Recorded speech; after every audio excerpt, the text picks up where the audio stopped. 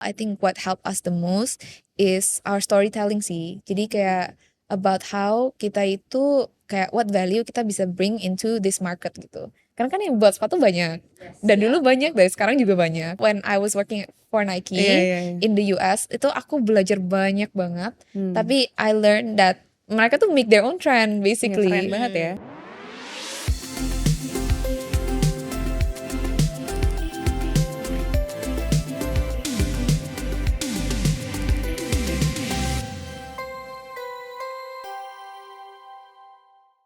Maksudnya kamu kan udah ikut nih, dan you showcase kamu desain kamu, produk segala macam. Ada ini nggak sih, ada impact atau ya dampak positif dari itu nggak sih, Man? Ada sih pastinya. Iya, I think it was a heavy project ya. Soalnya tim kita kan masih kecil juga. Tapi I think dampak positifnya itu for us personally, for like the founders, the designers gitu, I think kita bisa have that confidence kalau misalnya desain kita itu diterima oleh, kan untuk masuk New York Fashion Week barang kita juga harus memadai untuk that quality and that kayak ada checklistnya dan kita tuh diterima oleh IMG, which is like the official New York Fashion Week punya penyelenggara. Itu juga salah satu yang kayak milestone yang susah gitu untuk di reach, dan itu beri kita confidence itu sih, kayak our items, our products itu emang that quality, bisa masuk US market quality dan boleh tampil di that stage gitu. Dan untuk brand sendiri, I think it shows a positive light ya untuk kayak our customers. Iya, our customers di Indo juga kayak wah, kayak mereka bisa ke New York Fashion Week gitu dan bisa reach there. Yeah, but I think I would say it's more of like a milestone sih daripada a end goal gitu. Jadi kayak beneran abis itu kayak what's next gitu. Keren ya, keren. Nah, Manda, aku mau nanya nih. Kamu kan sebagai leader, founder, dan membangun bisnis itu kan berbagai aspek. Tadi kan kamu kan berangkat dari desain ya. Iya. Nah, dalam bisnis itu kan ada beberapa part. Yang mana yang paling kamu suka dan mana yang paling challenging? Let's say ada production, marketingnya, terus finance-nya, ya kan? Finance-nya. Nah, gimana cara kamu sebagai leader kan harus mengetahui segala aspek itu kan? Iya, bener banget sih. Jadi dulu itu pas aku lagi kerja di Amrik, di Nike sama Amazon, aku tuh purely designer. Jadi aku kayak nggak tahu budget, nggak tahu apa, pokoknya aku desain, pokoknya keren yang gitu cantik, ya, yang keren, yang bisa menjual, terus kayak approve gitu. Terus aku kayak nggak tahu ini berapa harganya, nggak tahu, udah kayak mikir ya? hidup di kayak dreamland gitu kan. Tapi kayak when aku full time back to Mandy's, wah itu beda banget. Semuanya ada budget, semuanya ada kayak budget, ada timeline, ada kayak ada so many parts, so many pieces gitu. I think the part that I enjoyed the most is the design. Kayak CLB, of course, of course, yang kayak hidup di dunia, dunia tidak nyata gitu. Tapi I think the most challenging part is like probably finance ya. Kayaknya gitu deh. Gue orang desain juga pusing karena finance kayak semua bisnis ya kayaknya struggle-nya di sana ya. Tapi managing team with people you enjoy it ya. Iya, I think that's also a challenge sih. Kayak itu juga challenge. Soalnya dulu kan aku beneran pas 9 to 5 fokusnya desain. Jadi now that kayak ada manajemennya, ada marketingnya, ada finance-nya gitu, aku belajar lagi gitu, belajar a new part of business. Iya. And tapi I think it cannot happen with just me sih, karena I'm not the only one in the team. Thankfully there's other people yang kayak beneran strong gitu, strong in finance, strong in management gitu. Jadi yang bisa saling melengkapi. Bener sih. Kalau aku doang kayaknya nggak bisa deh. Itu dia, bener sih. Iya, semua harus melengkapi. Iya, bener. Cuman ya itulah ya, maksudnya itu finance itu belum sampai finance doang tuh, pajak. Iya, exactly. Belum lagi ntar salesnya, ya kan? Belum inventorinya nanti. Oh iya, produk soalnya, stoknya banyak lah ya. Banyak banget. Nah, terus yang aku penasaran juga ini, Mana kan udah lama nih di US dan sekarang di Indonesia. Karena kita nih podcast perempuan ya, dan leader perempuan. Ada nggak perbedaan yang kamu rasakan di Indonesia tentang leadership yang dipimpin oleh perempuan, atau kamu merasa dibandingkan di sana, atau kamu melihat Indonesia ini sudah sangat mendukung? Iya, ada banget sih, I would say. Masih ada perbedaannya ya. Padahal kamu di dunia fashion loh sebenarnya kan. Which is yang mungkin mostly women gitu. Bener sih. Tapi I would say kayak I do see the difference, and itu one of my struggles pas aku balik ke sini. Jadi pas aku di sana, I feel like my age atau my kayak the fact that aku perempuan itu nggak terlalu menghambat gitu, karena I feel like I think di sana itu kayak ya open aja. Yang penting you qualified, your portfolio speaks for itself. Mereka nggak mandang kayak terlalu banyak gitu, that's it gitu. And then everything is very personal. Kayak you don't really share about your life, it's all about your work and your story, what you bring to the table, your skills gitu. Tapi di sini I think it's very different. It's very different. Ada positif negatifnya juga, tapi kayak positif dulu. Positif dulu ya. Positifnya people really wanna know who you are gitu. Not just your skills atau kayak what you bring to the table, tapi what do you stand for as a woman, as a person gitu, kayak siapa sih foundernya gitu. Nah, itu aku kayak agak masih struggle, saya naturally aku introverted. Jadi kayak sometimes when aku kayak ditanya gitu about Mandis, aku pingin ceritanya tentang Mandis aja gitu. About myself-nya aku malah kayak Ntar dulu deh gitu. Karena kayak aku kayak nggak biasa gitu di dulu gitu. Tapi I think when I came back, honestly aku lumayan shock sih, karena banyak banget platform seperti ini yang kayak celebrate women founders, yang kayak beneran mendukung banget untuk perempuan, untuk kayak young founders juga, yang dulunya I feel gak ada gitu. That's the positive. That's the positive.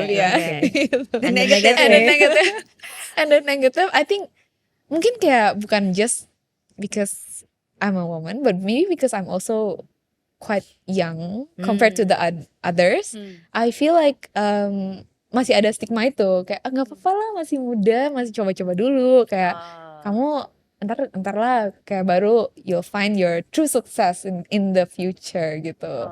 Atau kayak mungkin ada stigma yang kayak kenapa sih kayak kamu masih kayak hustling banget, kayak into Indo, you know, kayak women yes stand on the side gitu, you know, kayak lebih kayak cari family gitu aja gitu. Not that I don't want to, tapi kayak I feel like kayak masih ada stigma seperti itu lah ya.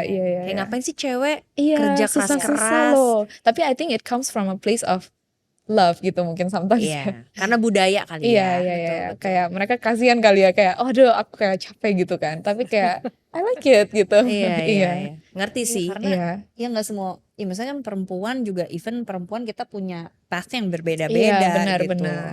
Pilihan hidup ya. Bener. And I feel like di sini tuh masih ada ekspektasi yang kayak nggak ngomongin sih, tapi kayak ekspektasi yang kayak perempuan tuh harus ada kayak tipenya kayak gini doang gitu. Dimana di sana aku lihat perempuan tuh bisa beda-beda gitu, kayak beda banget gitu. Jadi kayak perempuan ideal kalau di sini tuh harusnya seperti ini gitu. Dan di sana itu kayaknya nggak ada ideal, kayak semua orang tuh beda banget gitu. Mungkin karena mereka juga lebih bisa menghargain keberagaman mungkin ya. Iya mungkin ya. Lebih kayak ya udah ya lu gitu. Iya benar. Makanya mereka juga nggak terlalu tanya personal question gitu. Ya itu dia budayanya kita. Kalau di sini kita budaya kan berangkat dari budaya. Iya. Benar, budaya kepo. Iya. Kalau bisa tahu kenapa harus tidak tahu? Benar. Dan bahkan kan kemarin kita juga di episode yang sebelumnya nih, harusnya tayang sebelum ini ya. Kita juga bahas pentingnya personal branding. Nah, tadi kan Manda juga cerita kalau di Indonesia mau tahu nih, pengen tahu siapa sih foundernya, siapa sih kamu. Nah tapi crossnya adalah Amanda adalah seorang introvert. Nah itu aku juga lagi belajar. Oh lagi belajar, makanya di podcast ini belajar nih kita ngobrol. Bener sih, kita juga lagi belajar kok. Kayak udah jago banget, tapi enggak masih belajar banget. Gimana tapi aku itu one of my struggles when I came back, personal branding. Tapi I think kayak now what I'm trying to do itu just be real aja, just be who I am. Genuine, daripada aku try to create this persona and then aku kayak susah keep up-nya untuk persona ini. Jadi aku kayak Iya, aku try to be real gitu. Tapi aku emang banyak PR sih in that part, yang personal branding. Karena aku kayak jarang juga post gitu-gitu. Kayak I post whenever I feel like, dan kalau lagi sibuk itu kayak udah silence gitu, kayak udah nggak ada post sama sekali. Ya, So I capek think lah ya kayak iya kadang benar. ya kan. Iya, karena Capek entrepreneur sih. itu capek loh. Iya, benar. Disuruh Soalnya personal mikirinnya branding kayak, lagi tuh iya, hebat sih, banyak makanya yang bisa lakukan semuanya Makanya tuh itu hebat banget. top. Bener, itu susah. iya. Susah sih. Iya. But you find it memang menurut kamu itu penting? I do think it's very important. Now that I'm back, now that I see. Karena I think a negative part about the way things are di US, itu you beneran kayak valued for your skills. And then what if misalnya times change kan, and skills change. What if your skills udah tidak berlaku lagi, udah nggak relevan lagi, ya udah you out gitu. Yeah, that's the sad part di US emang kayak gitu. Karena kan you work and then ya udah you're done, okay out, next gitu. What's the new skills or the new person gitu. Yeah. Kalau di sini kan walaupun budaya kepo ya, tapi they actually care gitu. They actually care who you are. They actually care kayak what you're going through gitu. Iya. Iya. Tapi real itu memang sekarang menjadi salah satu apa ya, daya tarik kali kalau aku bilang, karena ya setiap orang pasti harus tetap napak tanah ya. Bener. Kita kan tetap manusia gitu kan, bukan yang muluk-muluk banget gitu. Ya tapi itu salah satu trik supaya kita nggak burn out kali. Iya. Karena kalau udah mikirin bisnis, belum lagi timnya ntar lagi, belum sales, and then belum kehidupan pribadi, finance, and then personal branding lagi dipikirin kayak, belum lagi maksudnya kalau personal brandingnya fake gitu, maksud aku kan benar. very apa ya, It's hard, energy consuming juga kan. Yeah, not necessarily fake, tapi dijaga banget. Betul. I think it's tough. Iya. Bukan fake sih, maksudnya kayak ada benar-benar ada topeng yang benar kayak gitu. dijaga gitu. Dijaga banget. Paling enak jadi apa adanya. Betul. Dan diterima Dan apa diterima. adanya. Betul. Iya. Tapi kamu sudah melakukan personal branding? Masih on Belajar progress. dia. On progress. Belajar dia. Masih belajar. Cari temen. Masih on progress. Ya, kita juga masih belajar sih. Jadi ya banyak belajar. Iya. Nah, Manda sendiri seorang introvert, punya banyak tanggung jawab. Pasti ada rasanya burnout sebagai manusia. Apalagi kamu harus mendesain juga kan, butuh creative thinking yang luar biasa. Nah, apa yang Manda lakukan biasanya kalau udah mungkin mentok atau lagi jenuh? I'm listening. Iya. She's listening. We all need that ya. Aku apa ya? I think one of the things that I like to do itu aku suka travel with no phone. Jadi itu kayak my zen gitu.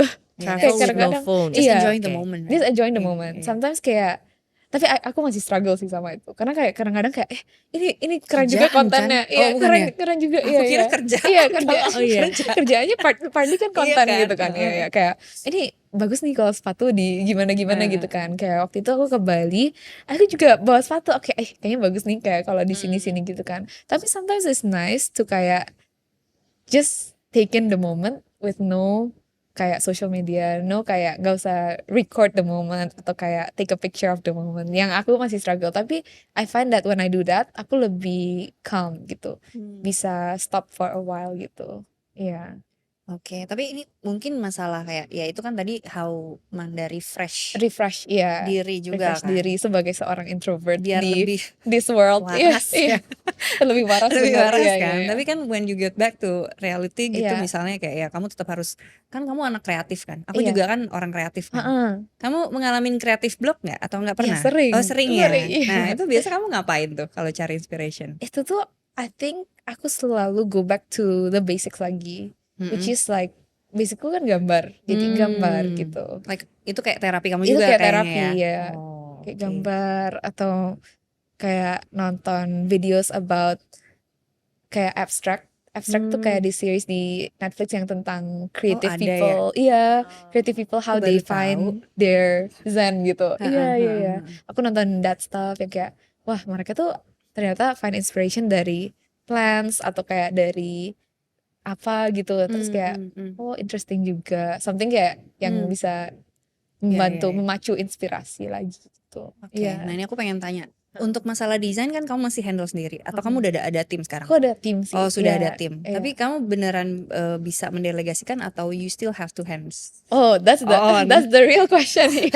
Itu aku masih tetap hands Masih on. ya? Iya. Aku juga challenged by that untuk kayak walaupun ada tim harus bisa untuk let go gitu. Itu juga challenge sih buat aku. Tapi Gitu kayak sambil belajar.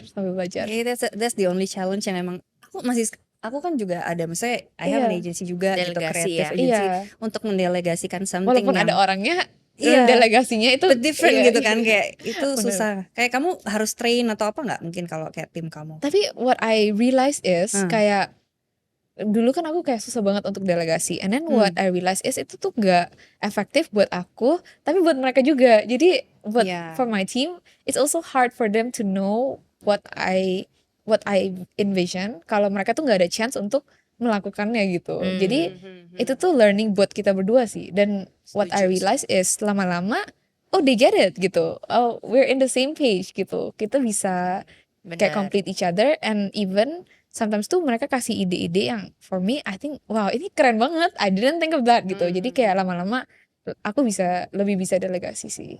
Harus trust juga ada trust juga. Dan emang sometimes ada mistakes-nya dari aku dan dari tim, tapi I think sama-sama belajar it's part of the process gitu. Oke. Baik gitu. Baik. Soalnya itu challenge juga buat aku, Manda. Jadi kayak emang susah untuk sih bisa let go kan. As a creative person tuh susah gitu. Kadang-kadang mau ngontrol ya. Oke, maybe ini last question dari aku ya.